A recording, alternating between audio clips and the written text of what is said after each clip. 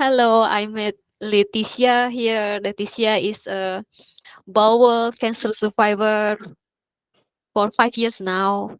You like to serve people, right? Yeah, I do. I do.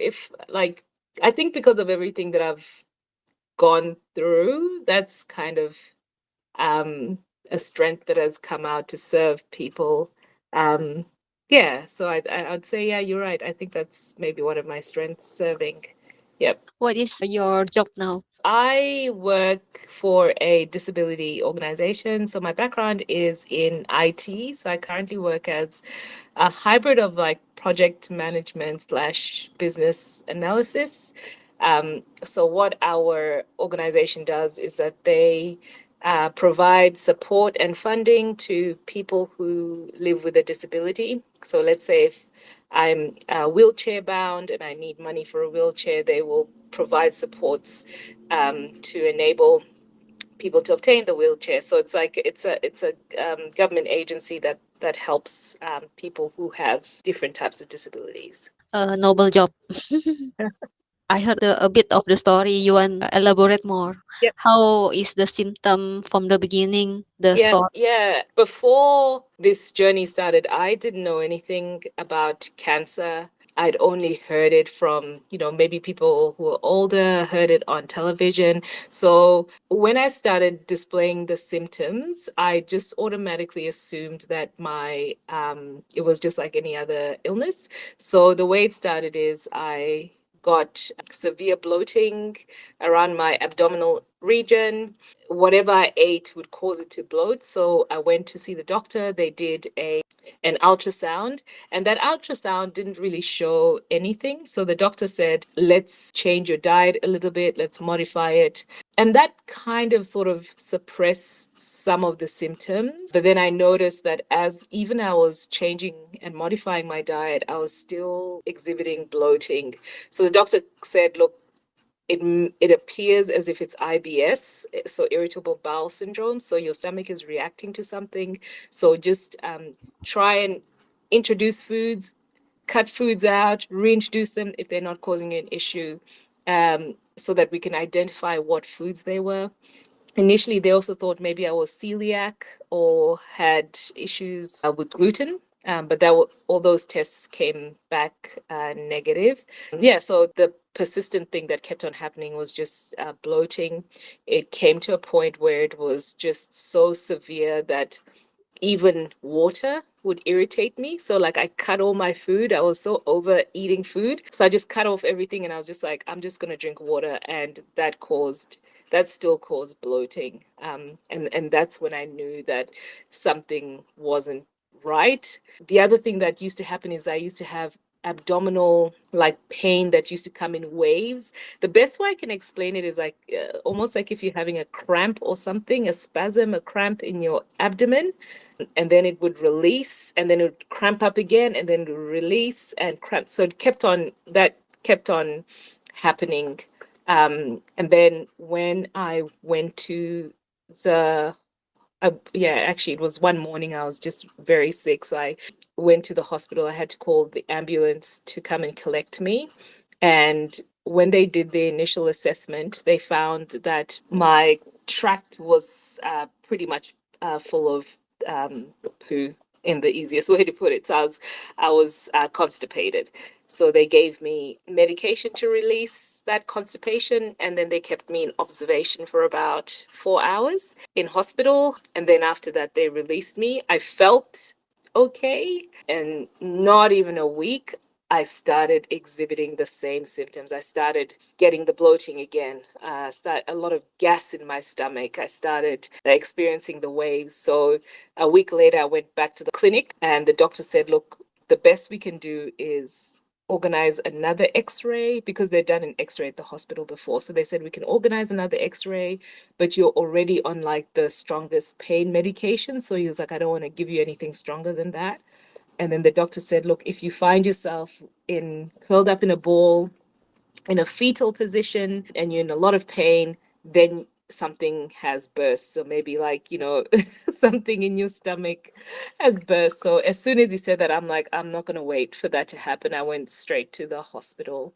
and explained to them that I was there the week before, the symptoms are still persisting, nothing has helped. And then that's when a lovely young doctor came, asked me so many questions, and then she put me through for a CT scan, and yeah, that scan revealed that I had a huge tumor in my bowel that pretty much had blocked my intestine. So yeah, that was causing the discomfort.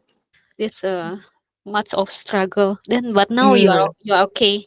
Yes, now I am okay, praise God. I'm obviously aware that, this has happened, and it's a trauma that I acknowledge that I've gone through. So there's certain things that I'm very conscious of. I still experience bloating from time to time. I'm more conscious of my health, so I exercise as much as I can. I eat well where I can. And the biggest one is I try and eliminate stress. So anything that stresses me, I will try and manage it or reduce it completely. Whereas before, I used to be very stressed about almost everything, really. Yeah, but I'm doing much, much, much better. Yeah. What is the treatment that you have done for your Yep. recovery? So when they found out that there was a tumor, they couldn't at that moment deduce whether it was cancerous. So I had to go to a different hospital because they could not do the operation. So they put me in another ambulance to go to a different hospital to get that resection of the bowel. So basically cut my stomach, remove the tumor, and then put my bowel together. So they cut off like 30 centimeters worth of the bowel. Then when they tested that, they found that it was cancerous. And the treatment following that was that I had to undergo chemotherapy for 6 months. They believed that they removed all the cancer. So I did also have a post-op CT scan to make sure that there wasn't any spread. So thank goodness it had not spread. Yeah, so it was chemotherapy for 6 months, every Thursday, weekly. So that was the treatment. And then I had a scan before chemotherapy started, a scan after chemotherapy started, and then blood tests to check if there are any tumor markers. So I guess the treatment was chemotherapy. And once that was completed, they checked the blood and did a follow-up scan that showed that I was okay. But when you are diagnosed with any form of cancer, you're put on a 5-year watch where you have to be doing scans. In my case, being bowel cancer, it's colonoscopies and also regular blood tests to make sure that there aren't any tumor markers present. So Mm. this is year 5. End of the year is year 5, so I'm just holding on. I know that I'm fine. Yeah, so end of year 5, I'll be absolutely cleared. No more No more cancer scanning, cell blood detected. tests. Yeah, yeah, yeah. Wow, good news. You know what is the cause of your cancer, and you have the transformation before and after cancer. Yes, that's a very interesting question. So, with bowel cancer, it's always been a cancer that has been associated with people who are much older. So in Australia, once you hit 55, you get a free bowel cancer test kit, and it's generally linked to the foods. There's a strong correlation between people who are post 55 and over with the foods with food and it causing cancer at a younger age. And this is where a lot of people tend to think, oh, it must be the foods that you're eating. There's no definitive correlation that it is actually the foods that you're eating. Everybody has got a cancer gene in their body. It's just whether it multiplies or not. But in saying that, I would say in terms of I can't give a definitive cause of what it is, what caused it, but I think there's so many factors that come into play, such as stress, such as your diet, such as exercise. I've always been somebody who's exercised. I was always healthy. I never smoked. I don't drink excessively. Maybe when I go out to a party, I'll have a glass of wine. So even when you look at those factors, it doesn't necessarily mean that because somebody is excessive in one form, it's gonna automatically contribute to cancer.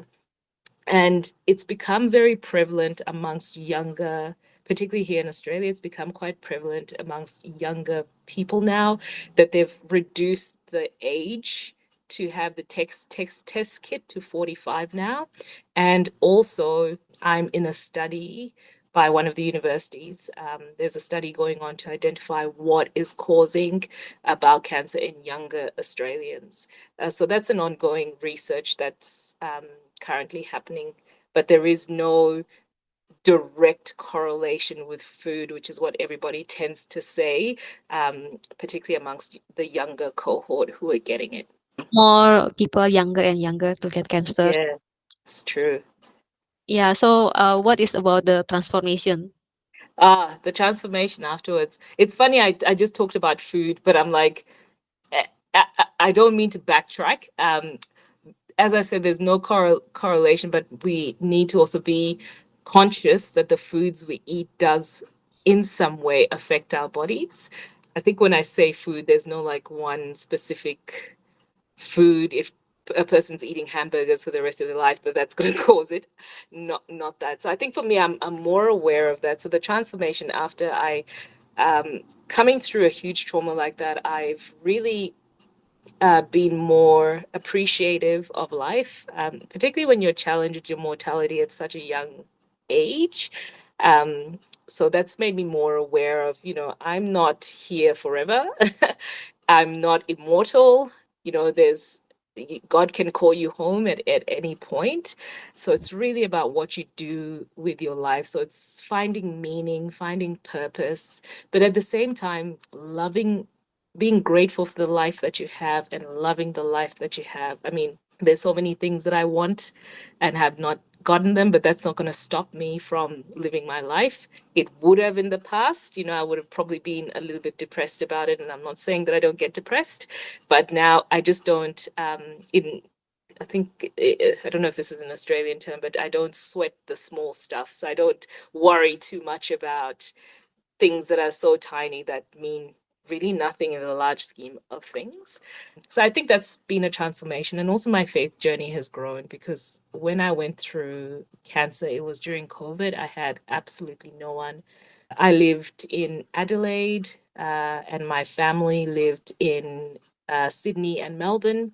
So when COVID hit, the states locked each other. So Adelaide is part of South Australia, so it locked its borders to Sydney, which is part of New South Wales, and then Melbourne, which is part of Victoria. All the states pretty much locked their borders, and people weren't able to move.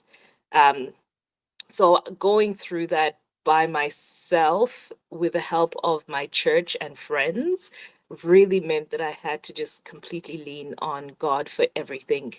And that's also just strengthened my journey in terms of life, purpose, meaning, and relationship with God because people can fail, COVID can come and lock states, but God will never, leave. Like he's always there. So I think that's been my transformation, as well as other things, keeping healthy, being happy, being more grateful, reaffirming positive things about myself every day. I'm fearfully and wonderfully made, and also taking up opportunities to help others who may have the same issue that I may have had, but people who don't even know about, cancer or bowel cancer. So, yeah, just sort of being where I can help out, I guess. Yeah. Oh, do you mind I ask how young are you now? Yeah, yeah. So I'm 39 now. Mm, When I underwent mm. the surgery, I was 34. How did you manage to stay positive during the toughest part of your journey? Well, I think in terms of positivity, I was so surprised with the cancer diagnosis because nobody in my family has ever had cancer and I didn't know anything about cancer. And I remember telling God, I was just like, you know what, Lord, this is too hard for me. I can't mentally process it. So I'm going to give it to you because I just can't deal and I'm just going to move on with my life. I'm going to go for chemotherapy because I have to. And I was so stubborn. I was like, I'll take myself to chemotherapy. I don't want anyone to be involved because it's such a personal journey, isn't it? When you have cancer, you don't want to be telling people.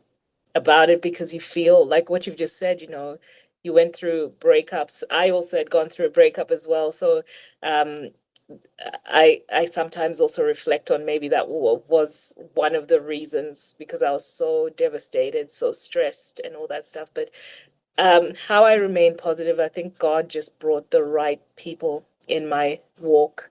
So before I had cancer, I knew something was not right. So I when I was with my friends, I kind of said, I would like you to pray for me. I feel like something's not right with my body. The doctors are telling me one thing, but I don't believe that they've got it right. I think something's wrong. So I remember that day they were praying over me. And then fast forward to the beginning of the year, I was in church and I was I was just in church with my family, and then one of the ladies was like, "Oh, Tish, how are you doing?" So Tish is my shortened name, and I just broke down and I said to her, "Oh, this has happened to me." And then she said to me, "Do you have anybody who can take you to your appointments?" And I said, "I can take myself to the appointments," because I was so stubborn. And she was like, "You know what? This during before I came to church today, I asked God, this is what the lady said. I asked God, how can I serve you this year?" And she's like, only until you've told me what you're going through, I feel like God's answered that prayer, which means that I will take you to your cancer, your chemotherapy. So she dedicated 6 months of her life weekly to take me in. So there was a source of support. My friends were there day in, day out. Even though it was COVID, they would make sure that I had food to eat. They would come and visit me. They would just keep me happy. And then also a friend of mine was getting married towards the end of the year. So that was my goal. She was like, "You're going to be my bridesmaid." So that just gave me the positivity that I need. So it was a team effort. The right people were put in place. The my workplace were understanding. They said to me, "Take as much time as you need off." So yeah, just the everything that I needed came and fell into place, and that kept me very positive. And even um, the fact that there was just laughter with my friends, they didn't treat me any different. It was talking about the future, what we're going to do. It wasn't dwelling in the diagnosis or the chemotherapy. So I think that's what kept me afloat. And in hindsight, I was just so over it with God. I was just like, God, just fix this because I don't have the mental capacity to. And I think also that faith, unbeknownst to me, is something um, that really helped me. Yeah. Wow. Yeah. Um, then how about now? Do you find any new partner? No, at the moment I am still single. So if you know anybody, let me know. Same, same. So, I'm still single, uh, but I'm in a much better place yeah, mentally. I am so sure of myself. I've done so much work in a healing work that I needed to have as a result of the breakup that I had, and other traumas that I had faced. So right now I am in the most happiest position, in the best position. I even look like people tell me you look so much more younger than your age. So I'm like, it's all God. Like it's all God. So I know that even when it comes to that, if I trusted him through cancer, God's gonna be faithful in um meeting all my needs. And if that means a partner, I am open to that as well. Yeah. yeah. Ronnie told me a lot. Tell me that you have the joyful after cancer. He shared with me what you. Yeah. Yeah, Do that's you that's absolutely right. Yeah. do you have any resources like books that play a significant role in your recovery? Yeah. So I'm not a huge book reader, I must say. But I did actually, instead of the book, I actually wrote a blog. Wow. Um, that talked about my situation. And I've had people reach out to me. So there hasn't been sort of a self-help book, but I do have a couple of those books where I've sort of read to ensure, just your regular self-help books. I'm trying to think of even the name. It's not even coming to my head. But overall, over everything, outside of books, if we're talking about resources, I would say it would be worship. And I don't know what your the base is. I'm sure there are people from different denominations, and I'm not converting anybody to Christianity or whatever. I'm just saying this is what worked for me, was just worship music, and just making sure that I'm not reflecting on my, what I'm going through, but still thanking God for what I have achieved and what He has brought me through. There's one verse that I always, always, always read out, which is, and this is the verse that carried me. It's Proverbs chapter 3, verse 5 and 6, which is, trust in the Lord with all your heart and lean not on your own understanding.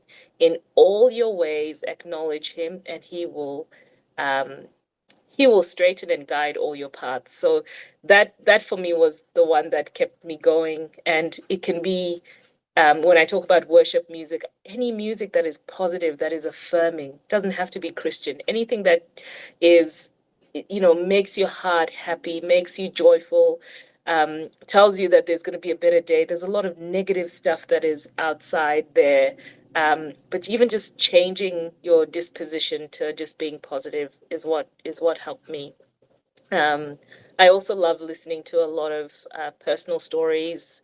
That's actually what got me through, by the way. A lot of people who had gone through adversity, whatever adversity, I used to watch it on YouTube. People who used to, talk about cancer that they went through and came out of it at the end. People who struggled to have children and came out at the end. So that's the kind of stuff that really kept me um, going in terms of resources.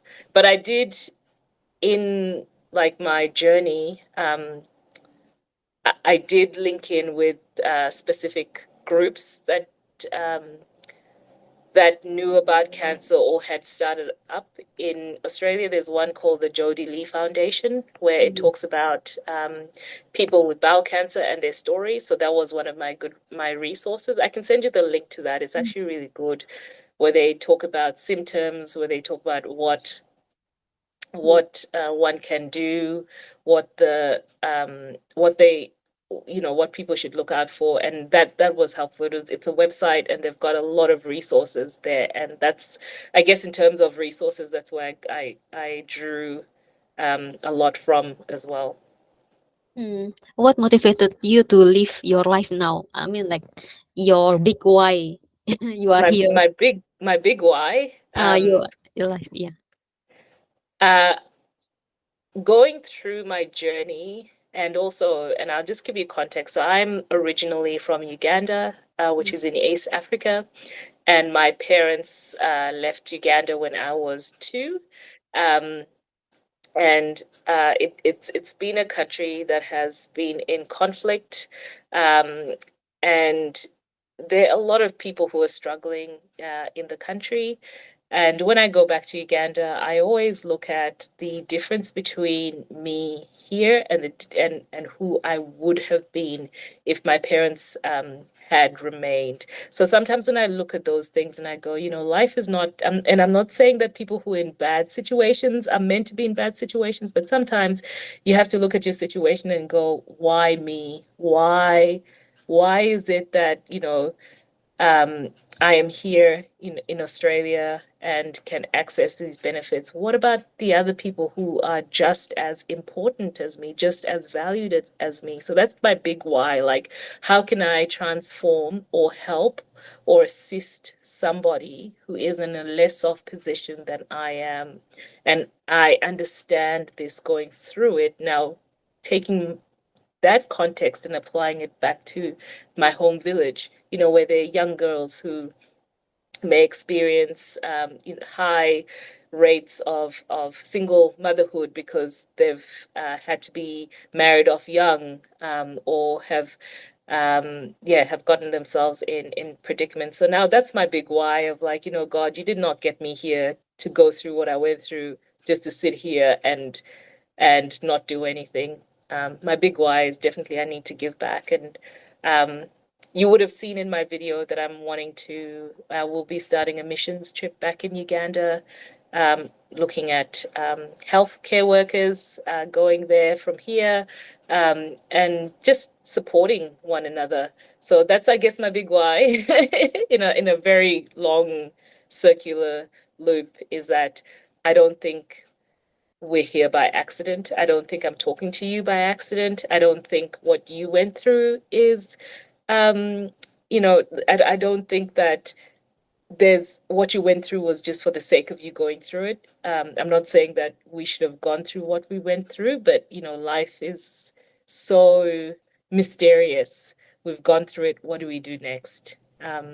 And if I hadn't gone through it, I'd never have met you, never spoken to your audience. This conversation would never happen.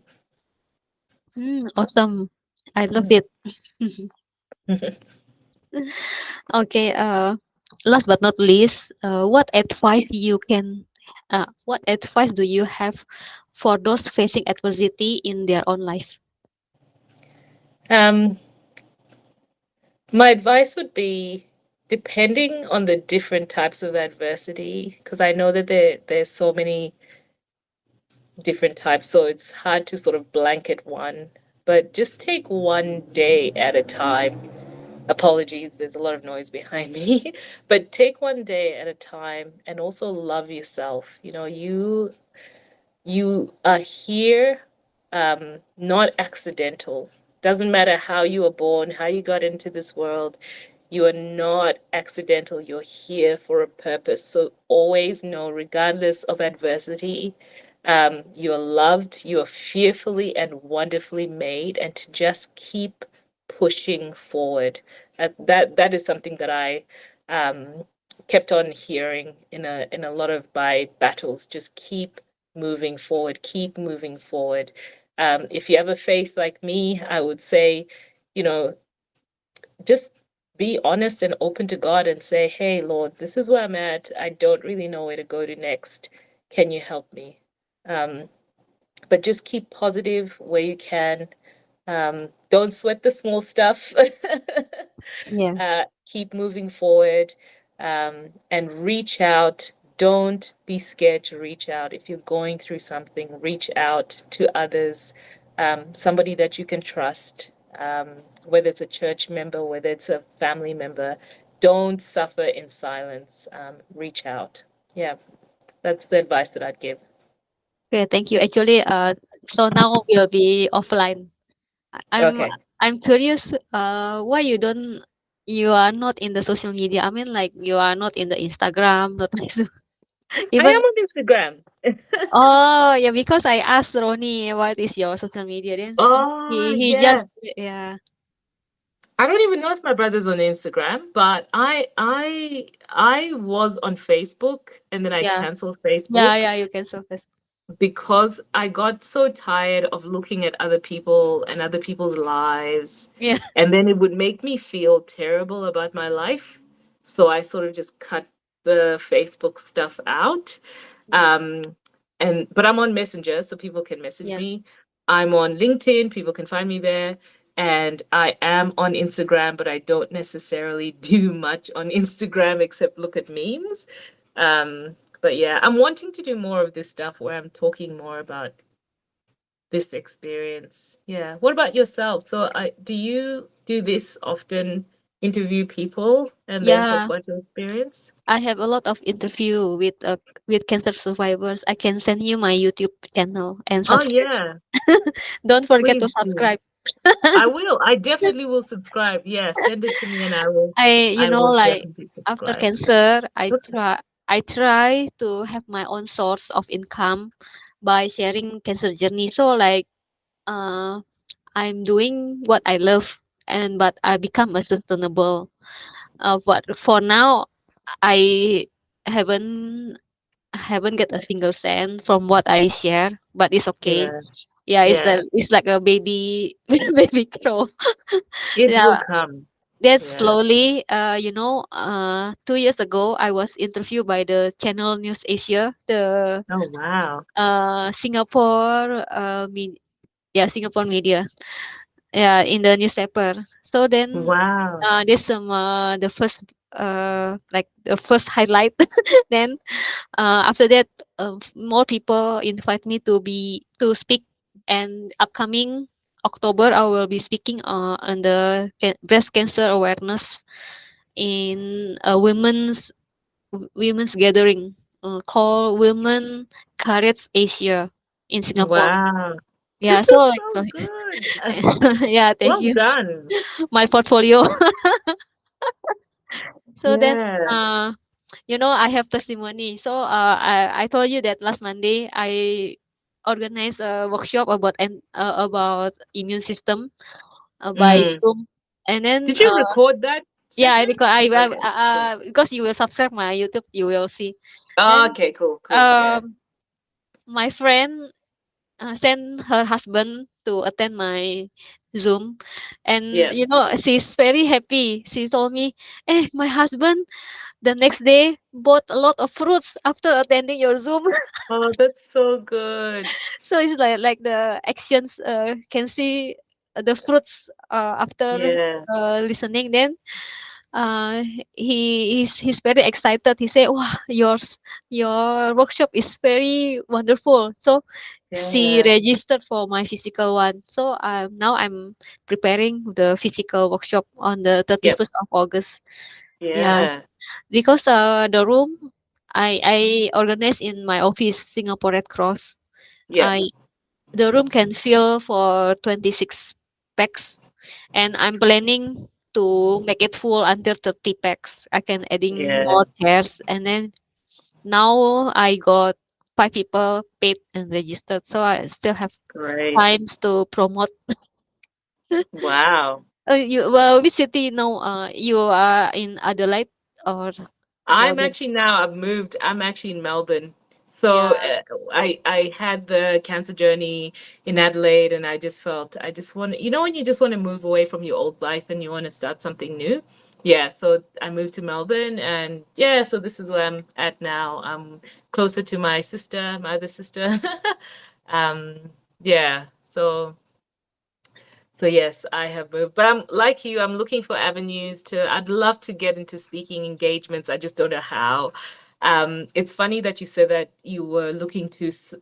I think you said supplement your income or another income stream or something like that. That's exactly how I feel, and I wonder if it's because we feel like that because we're also single women, mm, so we feel that that's something that we need to do as well. And I look, I'm really happy for you. I really hope that your workshops and courses like grow. Actually, I'm speaking into it. Your workshops will grow immensely, and God is just going to use you mightily, like I know He already has.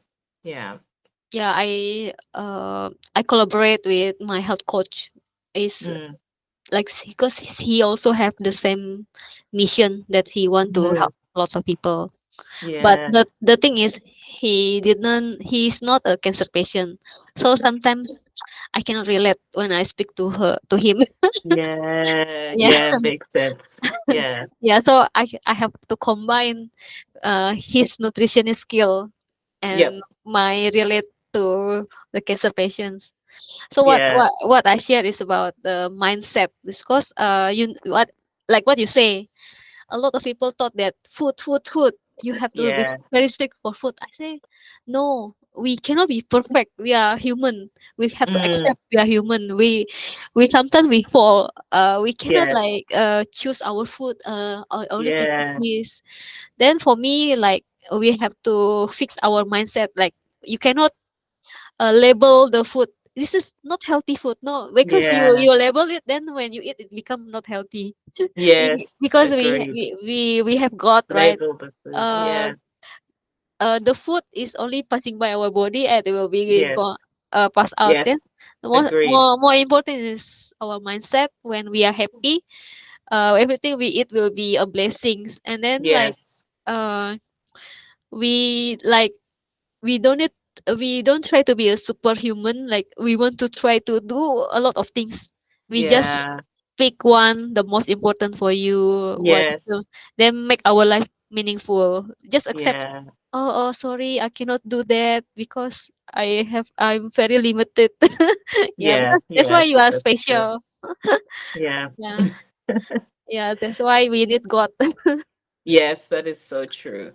Well, maybe next 100%. time we can organize something like a Bible talk, like we are sharing based on the Yeah. Bible discussion with I'd the love that. women. Yeah, I will Yeah, that invite would be you when we great. have. Then we can do via virtual like this. Yeah, great. Yes, definitely invite me. And also don't forget to share that workshop with me Oh that yeah, you yeah, did yeah, on the yes, of course, nutrition of as course. well. Yeah, Yeah, okay, okay, yeah. okay. Thank Anyways, you.